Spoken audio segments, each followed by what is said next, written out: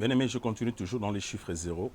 La Bible dit dans Exode 15, le verset 23, que 3 jours avant leur traversée de la mer Rouge, ils arrivèrent dans un lieu qui est appelé Mara, où ils trouvèrent de l'eau qui était amère. Bien-aimé, laisse-moi te dire, zéro, c'est le chiffre du dépouillement. Bien-aimé, Dieu va te dépouiller de tout ce que tu avais à l'Égypte. Bien-aimé, quand tu viens en Christ, il va te faire voir que la vie chrétienne n'est pas facile.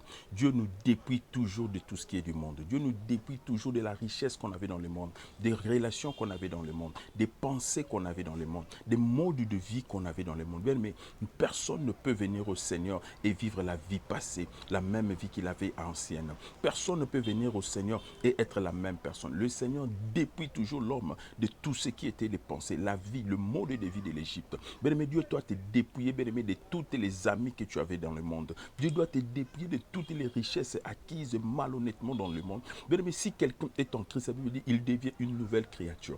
Bien-aimé, on ne peut devenir une nouvelle créature si on ne passe par le dépouillement. Bien-aimé, Saoul, bien-aimé, avant de devenir Paul, Dieu l'a dépouillé. Il a fait tomber du cheval. Il l'a rendu aveugle, c'est-à-dire il lui a dépouillé de l'autorité du monde. Bien-aimé, le Seigneur ne pourra pas t'utiliser s'il ne te dépouille pas du monde. Bien-aimé, le bois d'acacia, avant d'être utilisé, bien-aimé, dans le Seigneur, dans le tabernacle, ce bois devait être dépouillé, ce bois devait être revêtu, bien-aimé dans le Seigneur. Bien-aimé, laisse-moi te dire, si tu ne vis pas le renouvellement, si tu ne vis pas le dépouillement, si tu ne rentres pas à zéro, bien-aimé, c'est que tu n'as pas encore connu le Seigneur. Tous ceux qui ont fait une véritable rencontre avec le Seigneur les a toujours dépouillés du monde. Bien-aimé, le Seigneur te rendra. Bien-aimé, la situation que tu es en train de vivre, ce ne sont pas des liens familiaux, ce ne sont pas des réclamations. Si réellement tu es avec Christ, le Seigneur est en train de te dépouiller, bien-aimé, de toutes les richesses mondaine. Bien-aimé, le Seigneur ne partage sa gloire avec personne. Il ne partage sa gloire avec aucun homme. Il ne veut pas te dire que non, c'est tel homme qui m'a béni. Le Seigneur doit te rendre nul. Le Seigneur doit te rendre à zéro. Il doit te rabaisser, bien-aimé,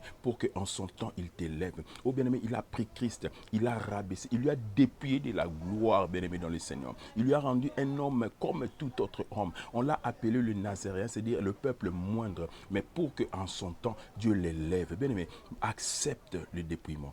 Accepte que le Seigneur te ramène à l'état zéro parce qu'il va te propulser, bien-aimé. Si tu ne passes pas par cet état-là, si tu ne passes pas par Mara, si tu ne bois pas de l'eau amère, bien-aimé, dans le Seigneur, tu n'es pas avec le Seigneur. Tu ne marches pas avec le Seigneur parce que le Seigneur dépouille toujours. Bien-aimé, j'ai écouté beaucoup de témoignages. Des gens qui étaient riches, que le Seigneur a dépouillés, mais en son temps, il les a encore élevés. Bien-aimé, le Seigneur t'élèvera en son temps convenable. Accepte d'être humilié. Accepte le chemin. La Bible dit, considère les chemins par où tu passes. C'est pas là en son temps, Dieu va t'élever, Dieu va te visiter, Dieu va te bénir. Il bénira ton ministère. C'est le pasteur Miguel Ando que le Seigneur